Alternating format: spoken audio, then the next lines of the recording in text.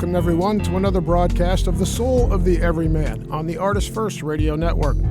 Send your questions and comments to dj@artistfirst.com. All shows are archived. You can find them at artistfirst.com.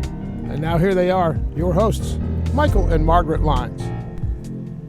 And thank you very much, Z-Man. And yes, it is your host. Hi, I'm Margaret. And I'm Michael. And before we start our topic tonight, I just want to get one thing out of the way. I love you. Uh-oh. But tonight's topic is not about love, or maybe it is a little bit. But tonight's topic is something that actually came to us a couple of weeks ago, and I think it's something that everyone can relate to, and it's really what it is how easy it is, and maybe even easier now than it ever has been before, to hate people. Mm-hmm. You know, people are just hateful. And that's why it's a topic for tonight. And that's why it's the topic for tonight. But before we even start hating people, hi, Pat. We had to shout out to Pat because Pat is a good guy, and we don't hate Pat. No. but moving on. But yeah, to kind of return to our topic for a minute, Margaret, or for the next hour, really. These days, perhaps no time in human history has it been easier to hate people, and I'll qualify that with one other thing: is that it's never been easier to hate people en masse. Speed of light. Mm-hmm. The technology has brought a lot of wonderful innovations for us. You know, our quality of life is pretty darn high, but it's also made it awfully easy to voice a reaction. And it used to be that you had to put some kind of guard on what you would say, because if it was written out there, it usually carried a lot of weight, or people heard things. And the problem is, it's only too easy to have a reaction to something and then just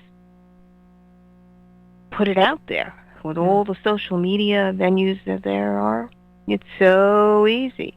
And I mean the most easy thing is that Facebook, hitting the thumbs up or thumbs down, the like thing. It's like you're looking at it going, so people, actually it's a good thing there isn't a thumbs down sign.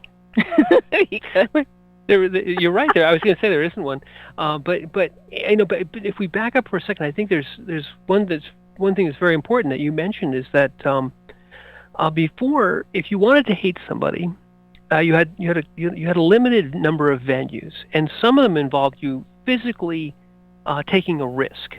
Mm-hmm. You had to publicly talk to them, or you had to personally talk to them. You had to write them a nasty letter. You had to publish an article in the newspaper. So there was physical things, and you generally had to expose yourself in some ways to sort of approbation or acclaim. So if you wanted to disagree with someone, you put some of your personal sort of reputation on the line. But technology and perhaps no better example than social media has made it very easy to hate people because it's anonymous. You can hate them without them ever being able to identify you or to know who you are, or in effect, it's much more difficult. It's much more easy to hide and sort of sling stones and arrows from a safe location that you think nobody can see you. Now, in truth, if you try hard enough, or if you have the expertise, you can find people. But the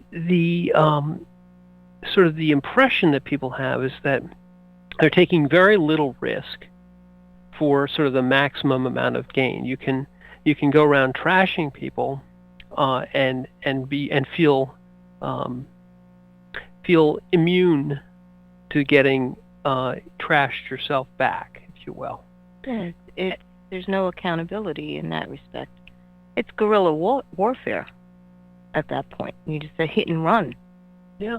And it's almost like you have to have rules of engagement for the internet.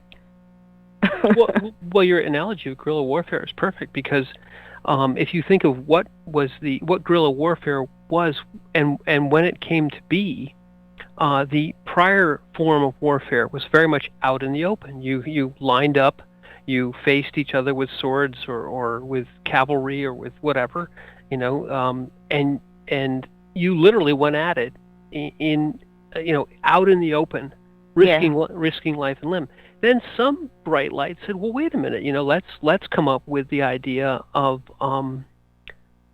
sort of a attack from a position from a hidden position, so that in essence you can harry and you can inflict maximum casualties, maximum damage, while taking very little or much reduced risk for yourself. It's become a mobile sort of strike force. And yes, the internet is the guerrilla warfare of social interaction in that regard, because you can hit and run, and you're off to the next thing and the next target before the current thing and the current target has even gotten up off the floor and started to realize that they were hit.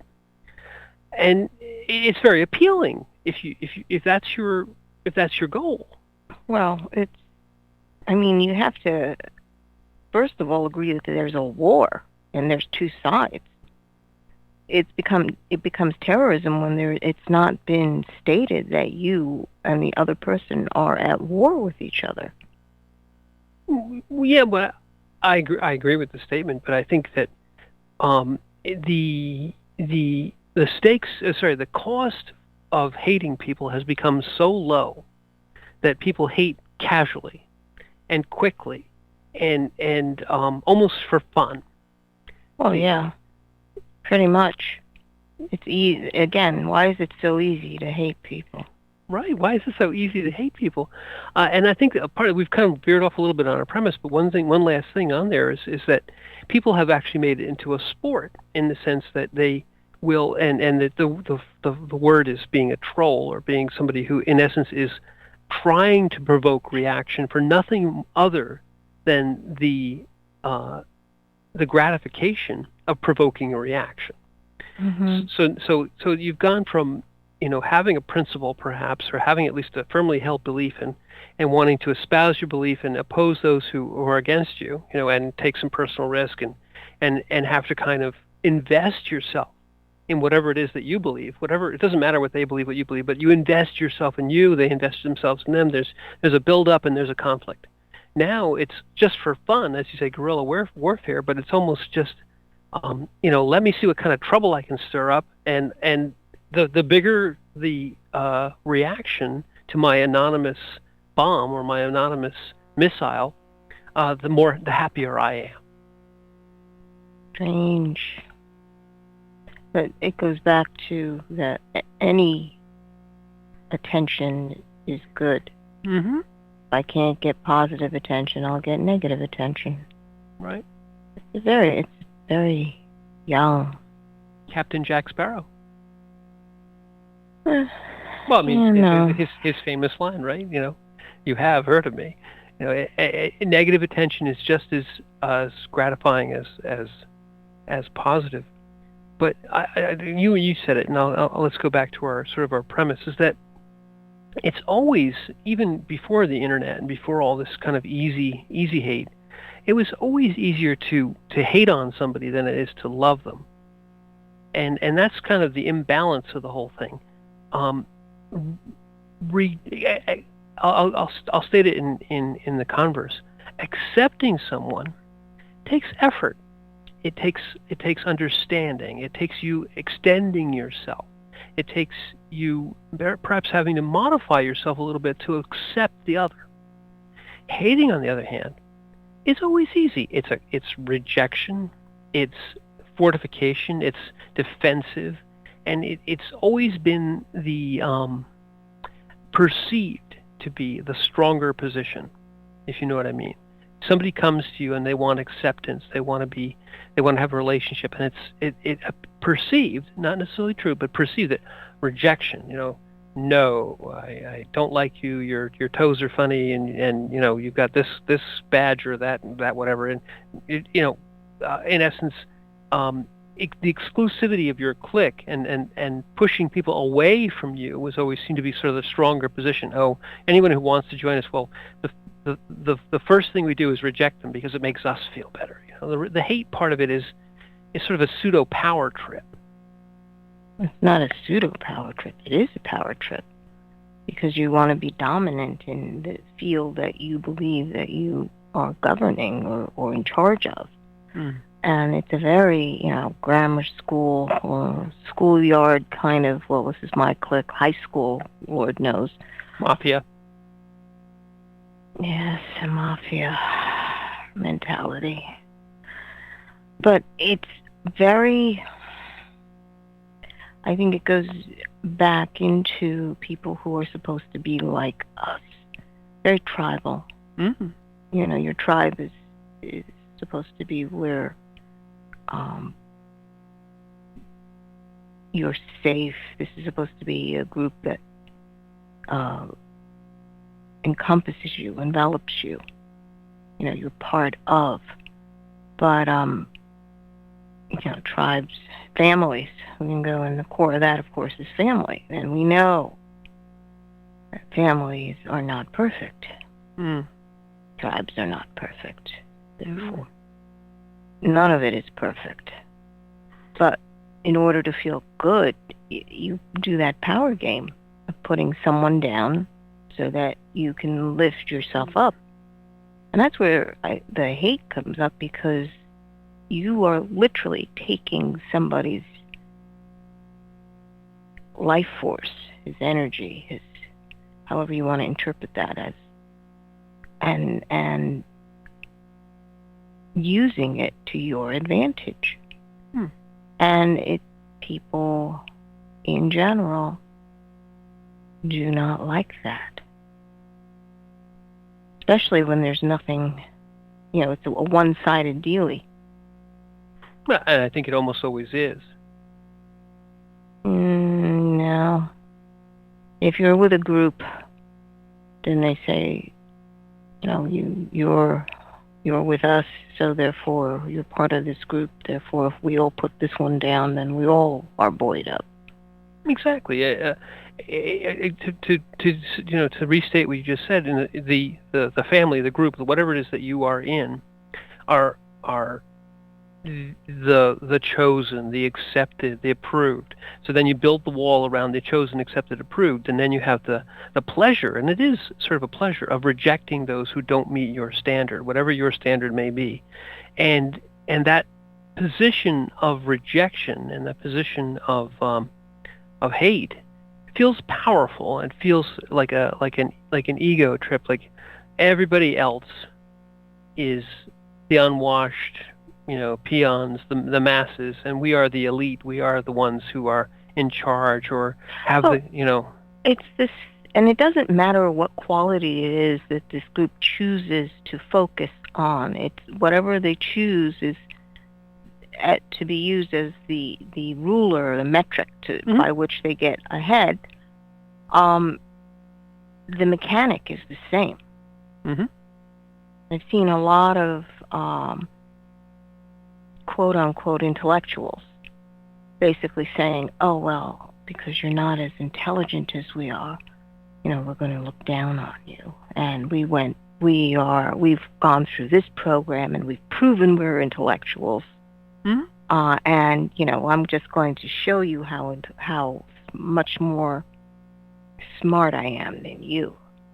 I'm going to take this theory, and oh, by the way, and so it gets into this, like, let me prove you wrong. Let me prove you stupid.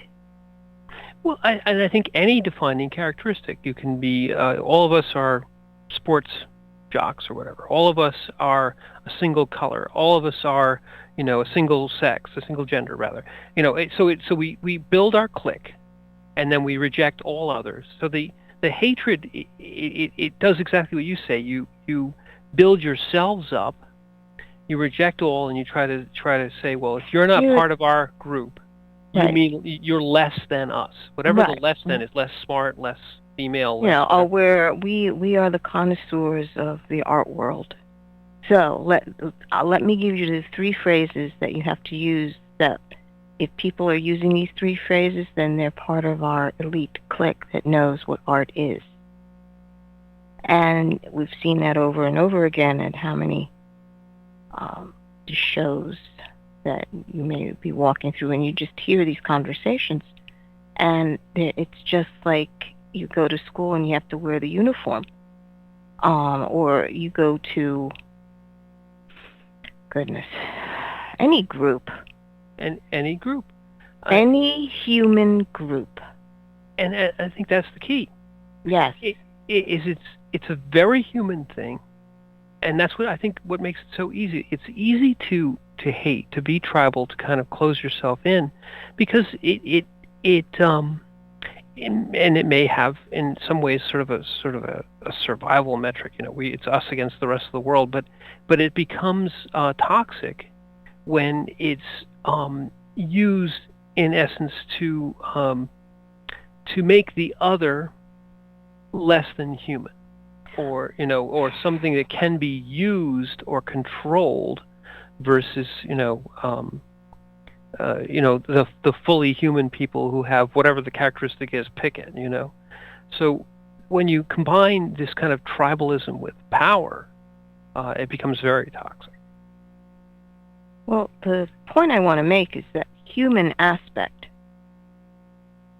is what is at the core of this, because what is happening is that in that interaction, in that conversation, in that relationship, you've rendered it down to a power struggle.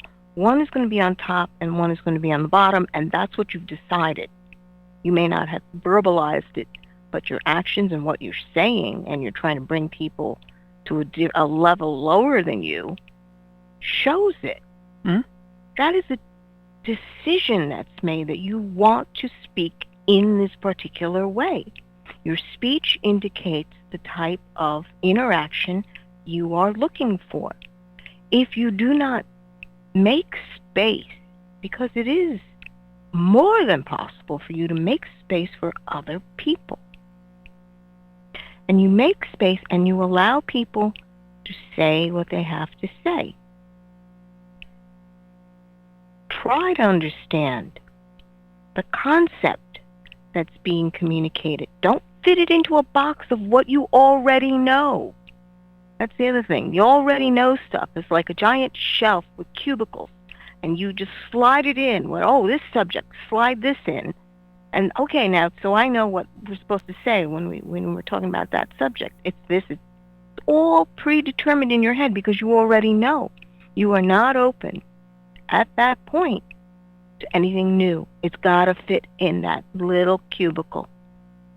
And that's what I find unsettling, because it means that you have closed off all growth for yourself, for your mind, for your person, your soul. Yeah, and I think if you back up a little bit to why, where this comes from, that's easy. It's one of the reasons why it's so easy to hate, because hate simplifies the other. It simplifies your choices. It doesn't. You don't no longer have to go outside of your little boundaries, whatever the boundaries are, and everything, like you say, there's shelves and boxes, and everything slides into a box. All these people are bad by definition. Therefore, we never have to wonder or worry or do anything about them. We just wall them off. Then we have what we believe, which is the truth, and then what anyone else believes, which is the blackest lies. And so these are easy. The appeal of this hate, wherever it springs up, and under whatever conditions it puts itself out there, is that it's easy.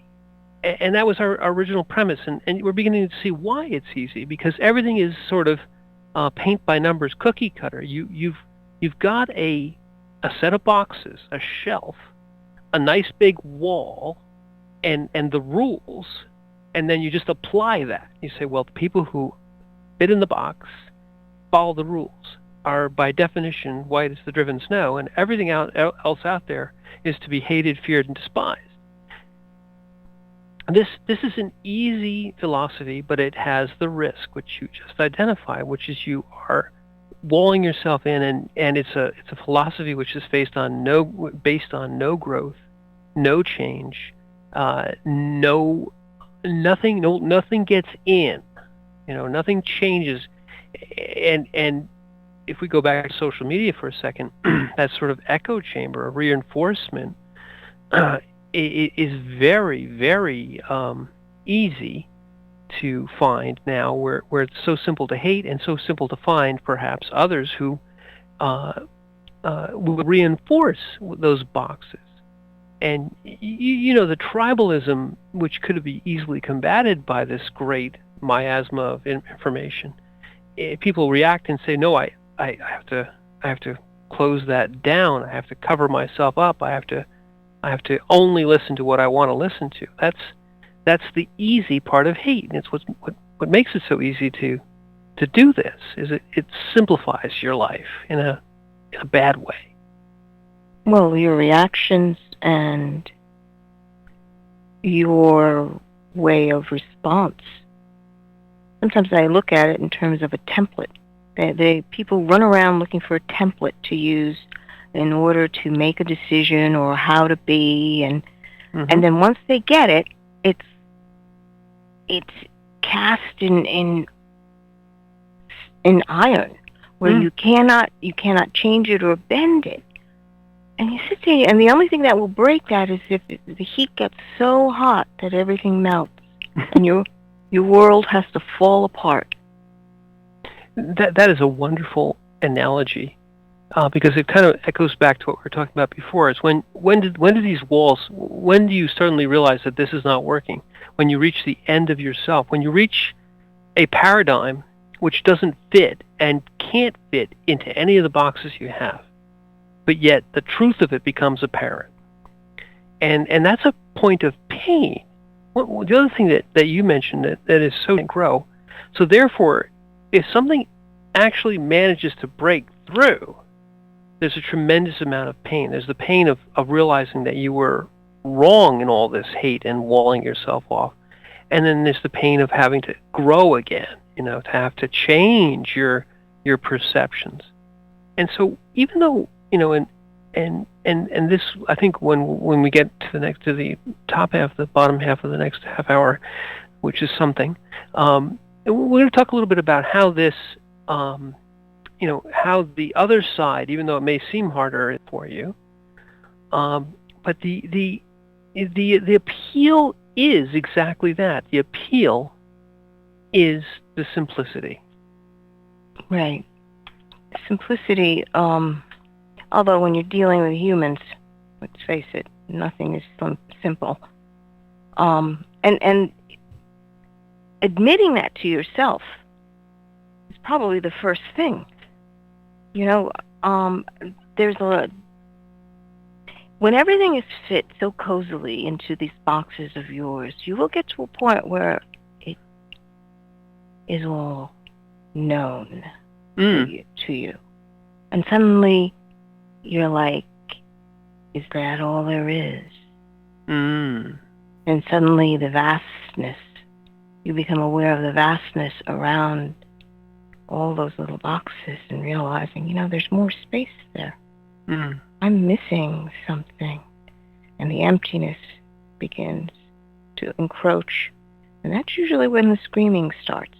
Exactly. There's no more fierce reaction from those who were within the walled circle than for someone within to say, hey, this could be wrong. Oh, then it's time to stone another Philistine, or it's time to reject that person who is trying to bring enlightenment into this little walled enclave. And the fierceness of the response, the hatred, it's hatred that rises up and it's fueled by fear. Mm. And it sounds so, we've heard it so often, but it's the fear of the unknown. Yeah. And I think it's fierce because that unknown was found in you. Mm. So suddenly you are afraid because everything has been swept away. You don't even know who you are. You really don't know who you are. Exactly. And I think that's one of the things that makes hate so easy, is because it gives identity. It may not be a good identity, but it is it is a simplicity, and you're cramming yourself in, or you're limiting yourself, but it's simple, it's easy, and then when it, as you say, when it breaks, you suddenly have to face the unknown. You have to say, well, wait a minute, this, whatever it is, these set of rules don't cover everything. And now we have to face the fact that either our rules don't work or there's the unknown we have to figure out. And that's a big fear point. It's one of the reasons why once you've done this, once you've walled yourself in, it becomes so hard to unwall yourself. Well, that phrase of we have to figure out, that phrase alone is at the core of it, because you can't figure out the mystery that you are. You can learn about yourself, but you can't figure yourself out and put yourself into these neat little boxes. Right. That's a good point about figuring it out. I don't mean figuring yourself out, but the fact that you realize that what you had thought you'd figured out about everything is no longer, doesn't cover it anymore. So you realize how limited your own thought process is. And right. If you've been relying strictly on your thought process, you are doomed to find that abyss. And on that happy note, we're going to not hate this commercial break, and you guys are going to like it. And then on the other side of the half hour, we're going to talk about happier things, about, let's say, turning this around and finding ways to love people, however hard it may be.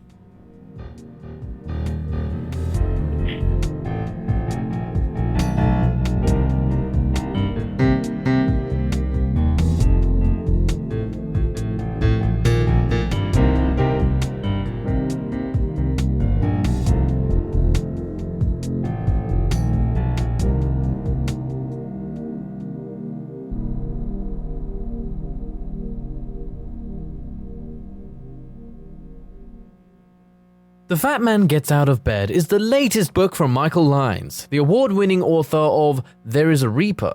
Featuring 13 original stories, this wide-ranging collection has everything. Forbidden love, gods versus demigods, weird invading aliens, sexy seductive artificial intelligence, and unusual passion between the living and the dead. All set amidst fantastic worlds of pain and loss and boundless joy. From the sublime to the macabre to the bittersweet, The Fat Man Gets Out of Bed will leave you breathless with laughter, brimming with tears, trembling with suspense. Available now on Amazon.com, Google Play, iTunes, Kobo, and fine e-tailers everywhere. The Timeless Esoterica radio program with Dr. Bruce is broadcast on the fourth Monday of every month at 8 p.m. Pacific, 11 p.m. Eastern, on ArtistFirst.com. We explore topics including the paranormal, alien life, mysteries, conspiracies, hidden history, oddities, and much more. Each show will feature a special guest with exciting and thought-provoking discussion. Always keep an open mind, an open heart, live forever, and remember Dr. Bruce believes in you.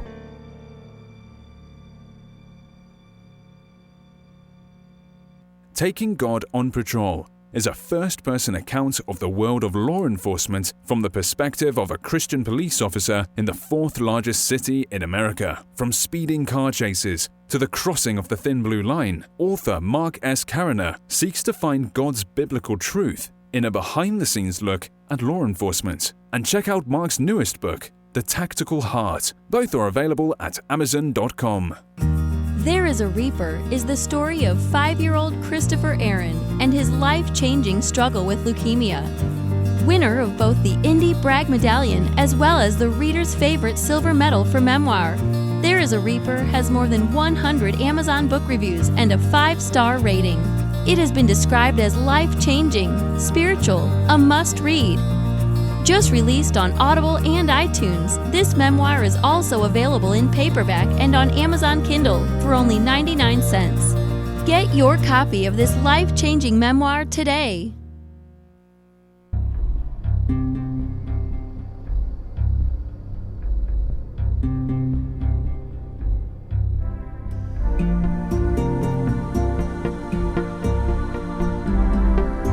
Thank you for joining us on The Soul of the Everyman on the ArtistFirst Radio Network. Let's get back to your hosts, Michael and Margaret Lyons. And thank you very much, Z-Man. And we don't hate you, Z-Man. No, not Yes. at all. Not at all. Yes, you do. No, we don't. We love you. And we do. And this show, if you guys missed the first half hour, we're talking about a subject that's near and dear to everyone's heart, which is hate. but no, and in fact, what it really is that how easy it is, and how human it is to want to differentiate yourself and sort of hate others by kind of building yourself up. But for this half hour, rather than kind of dwell on hate, however warm and friendly that is we'll kind of turn it around and say, even though it is very difficult to, and we have the example of great human beings like Buddha and great beings like Christ and so on, to love your fellow man, to try and overcome this very human tendency to hate. We are sort of, there are tremendous benefits to it. And we are sort of called to our higher selves, our better selves, our spirit selves, to do that, to find the common humanity. The soul of the everyman is all about finding that common humanity. And when you do that, when you see yourself in the other, and you see that you are both human and flawed, it's very difficult to maintain this barrier and this hate, and that you're less than me, and so on. Well, to go back to what we had discussed in the first half hour, the concept of who you are is key to it, because when that concept is challenged is usually when you get most vehement of responses. That's when the hatred really arises, and it's because it feels as if it's going to be obliterated. All right, it's a very survival chakra response. And to believe that you are a concept, a mental construct, that's why the phrase figuring out is common in the way people look at handling their lives. Is making space for more than just that mental part of you. It's understanding deep within you. You are so much more than what you think you are. Okay, and more than what your personality is. Personality is that face that you're presenting to the world to interact. But you're more than that. And it's allowing other aspects of your consciousness to come together with your thinking part and meld and balance, coming to a balance point. And it's more than just emotion, because most people say, oh, you're talking about feelings or emotions. It's more than that. Your being state is much more than your physical body. It's much more than your thought process. Or your feelings. I mean, your emotions rise as part of the reaction to what's going on. And frankly, they do that because there's a certain amount of energy that rises in you when you're facing a problem or facing something. Suddenly there's this emotional response. And if you look at it just in terms of energy, that's an energy amount that rises in you. And you are supposed to do something with that amount of energy. Can you focus that amount of energy into positive avenues? Or is it just this general explosion that you've got to spew everywhere? Right. That goes to the kind of the idea of being in tune, being in touch. But I think if we just back up to the point that I thought was wonderful that you just said there was that the I've got it all figured out mental aspect is what drives hate. Because you hate people who tell you haven't got it figured out, or any events that break into this kind of construct, this mental construct.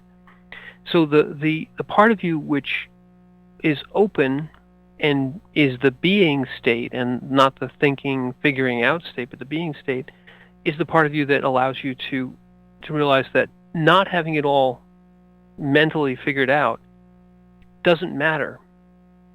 It's not an existential threat.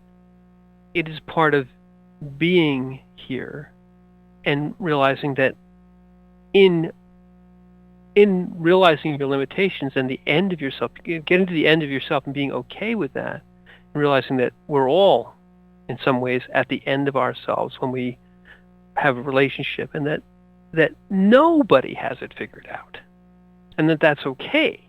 That we've all got a little piece of what we think and truly think we understand, and then there's the much greater piece, which we can't understand and don't have to understand, and it's okay, and that's the converse, and that's difficult because you have to give up this illusion of you being in charge of your little mental Pol Pot at the top of your head saying Plankton in his Planktonmobile, to use a good analogy, who has everything figured out to the nth degree, knows exactly what's going to happen next, and what makes it funny is that he never does. Well, we have to realize how much hubris we have when we think we've got things all figured out.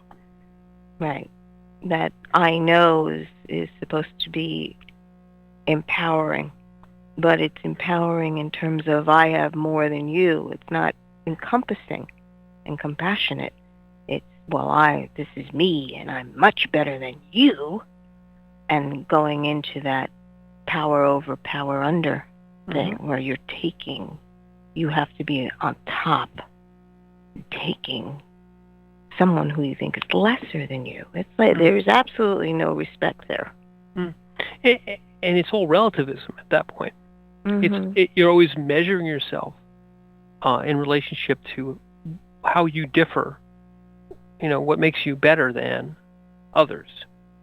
And the true being state, you're dealing much more with the absolutes. You are for a period of time. Others are. They are different. We are all different, but we can have a relationship. And in relationship, there's a flow and exchange, but it's different, but it's very equal. And you don't have to figure out, nor be in charge of, or be subservient to. You don't have to micromanage. No, certainly not that. I mean, the people sometimes think of relationship as I'm in charge, and so therefore I have to tell you what to do, and they tell the other person what to do in such grand detail that it's like you're not looking for an interaction. All you need is either a robot or a mirror. Yes, and the when you throw the concept in of everyone has their own self-determining free will, that is an extremely equal and egalitarian and being state concept versus if I'm going to take the other and yet take every aspect of the other and tell it what to do, then the other has no free will. The other is a chattel, a slave. It's no more than an extra pair of hands that I'm controlling. And if you write that large, it becomes, the worst kind of tyranny. So hatred, the I've got it all figured out and it's good for everybody. What I, unitary I, have figured out is good for all others below me. That's the hatred is a triangle with one being or idea at the top who has it all figured out and everything else is below. They want to be God. They want to be God, but in essence they want to be not a God that is all-encompassing. They want to be God that dominates all. It's just power. Mm. And then the interesting part about it is that there is no love involved. Mm-mm. Because if you really care for others, you respect the fact that they are an individual and unique and they have their own path. Mm. And to be dominant in that way means that you're taking away people's paths. They all have to follow yours. Exactly. There's no free will here.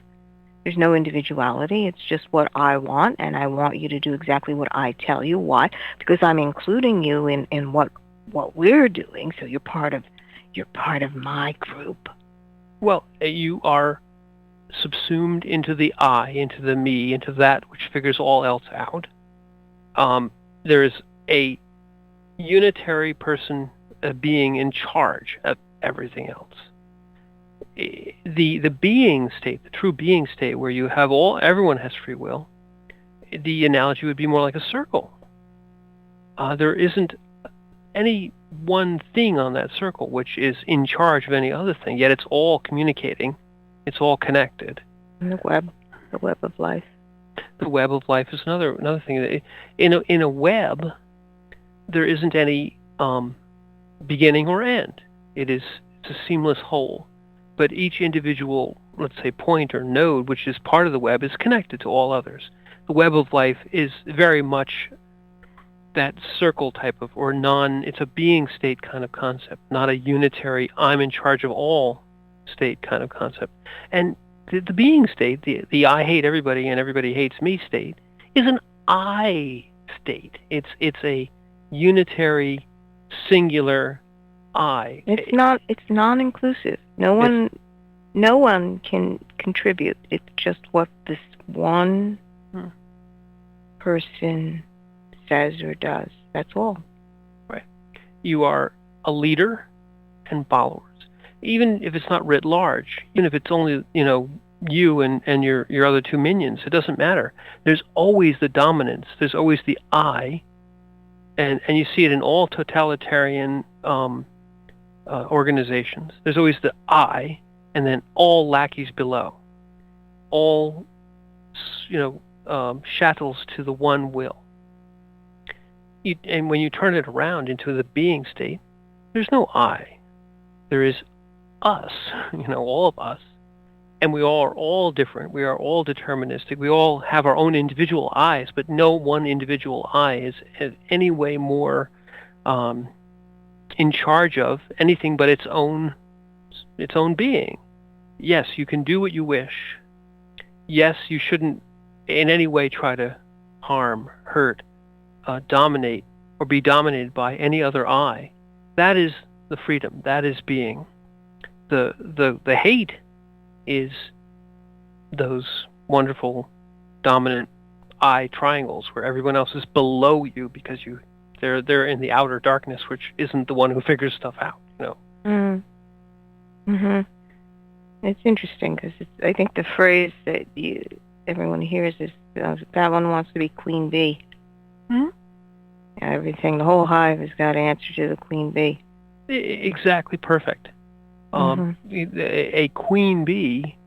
When you call someone a queen bee, language always informs. You call someone a queen bee. It's never it's never something you say out of praise or how wonderful it is. It's always sort of pejorative. You're saying, well, that one, it doesn't have to be a woman, but that one thinks that they're in charge of everybody. They're the busybody, the boss, the one who wants to tell everybody what to do.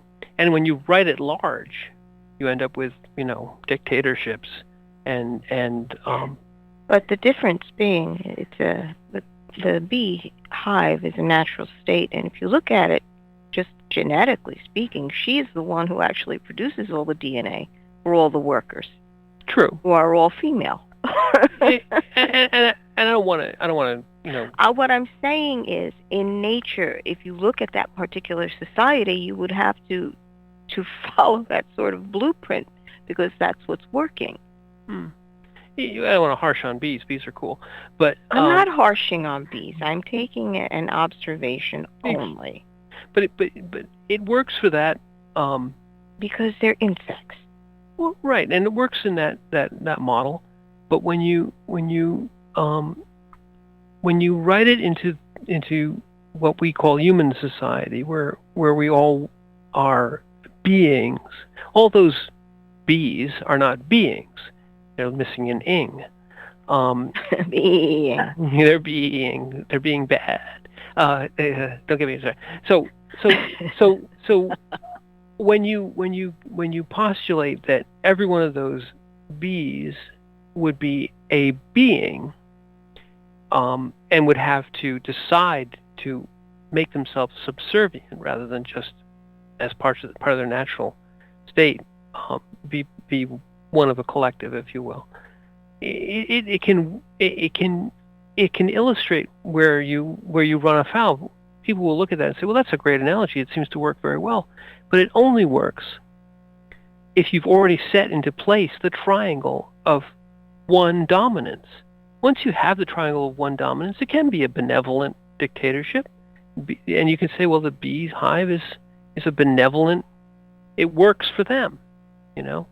Those bees that are part of that system are really part of one giant being, the queen bee, that is who basically has put all her DNA in every single one of them.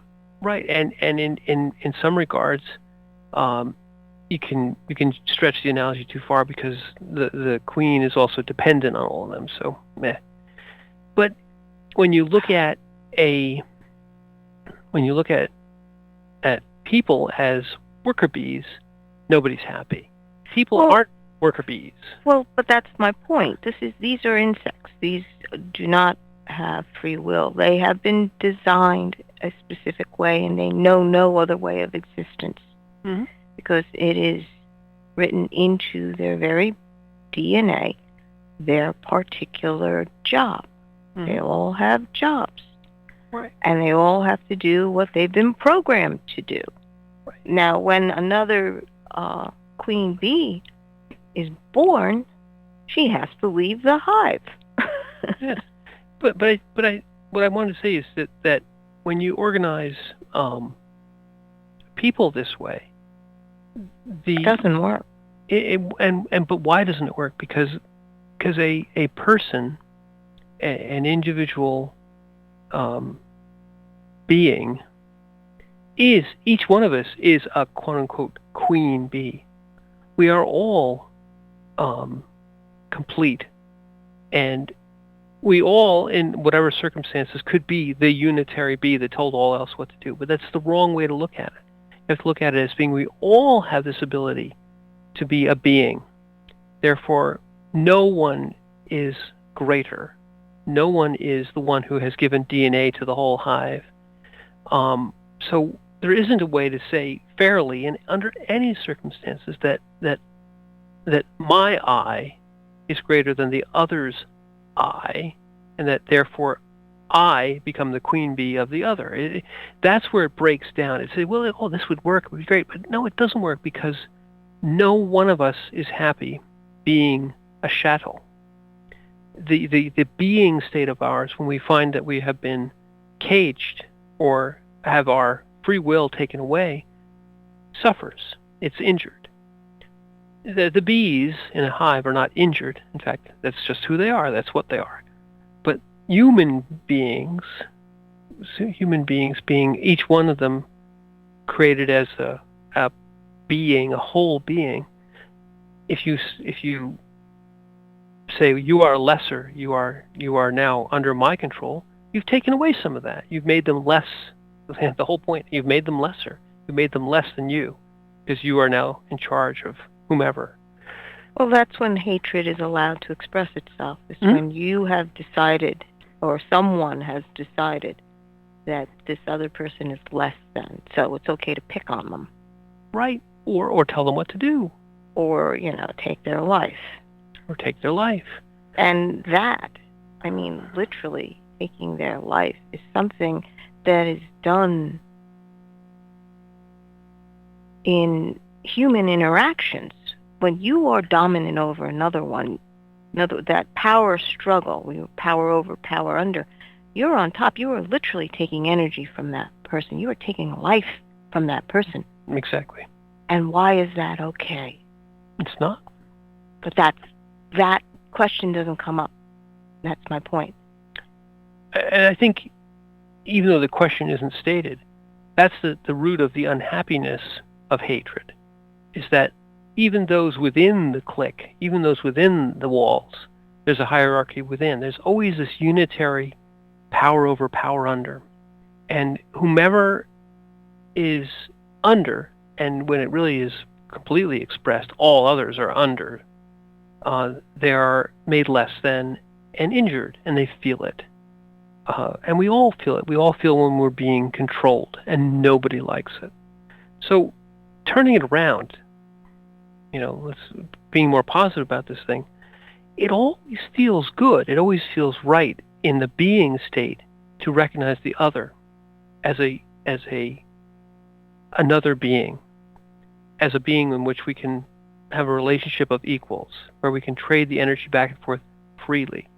But you have to be able to say to yourself, I need another to have a relationship with, and not one that's power-based. You've got to get out of that power-based relationship, a third chakra being, into a heart state. Exactly. Where love can actually flow.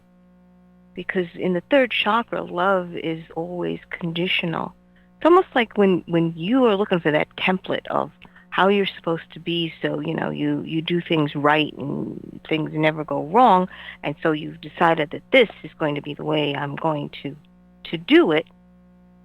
I look at it in terms of you're creating within yourself this image of a heart, and you're saying, okay, this is all good. This is all good. So I'm writing all this down. Mm-hmm. It's got to be this, it's got to be that, da da da da da. And then when you hit a point where life intrudes and shows you how limited this concept is,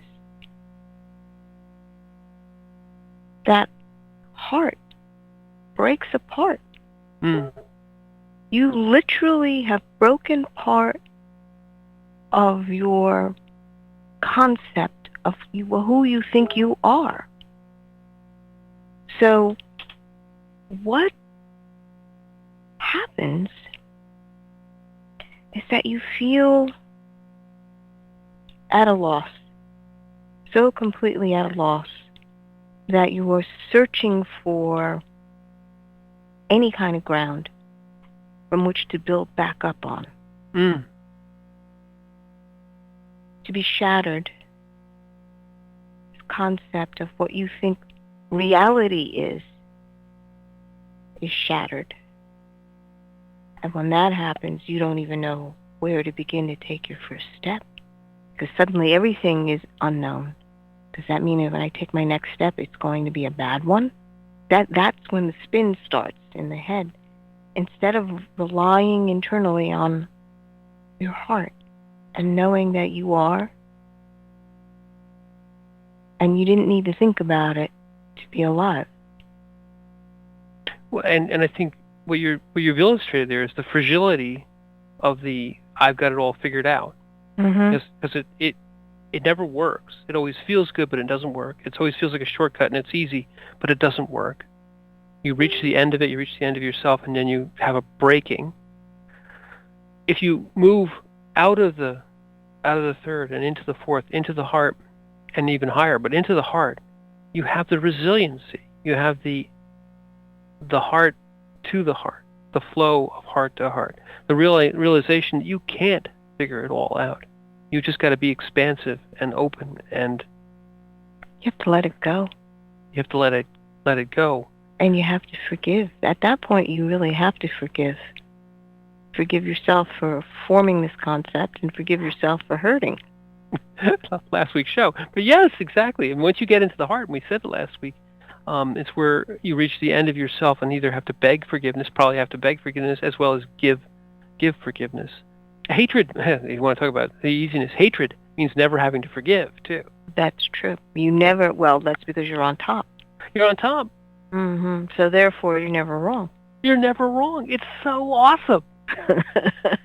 I mean, folks, this is the way to go. You're never wrong. You never have to forgive. It's great. It is so awesome. We've got to go this way. That's what people think. That's what people think. And then it's so empty. And then it's so empty. And it does feel strong. It does feel good. Momentarily. And then, the other way feels weaker. It feels harder. It feels like I'm opening. I don't know what to do. I haven't figured this all out.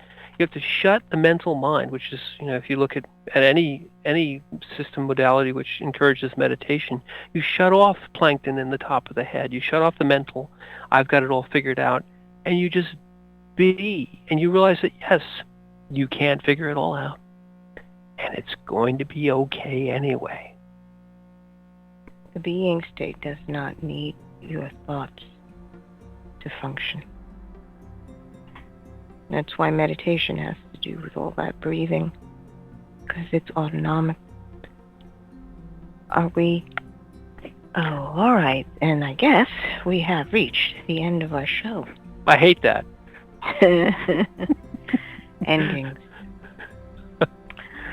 So, I'm Margaret.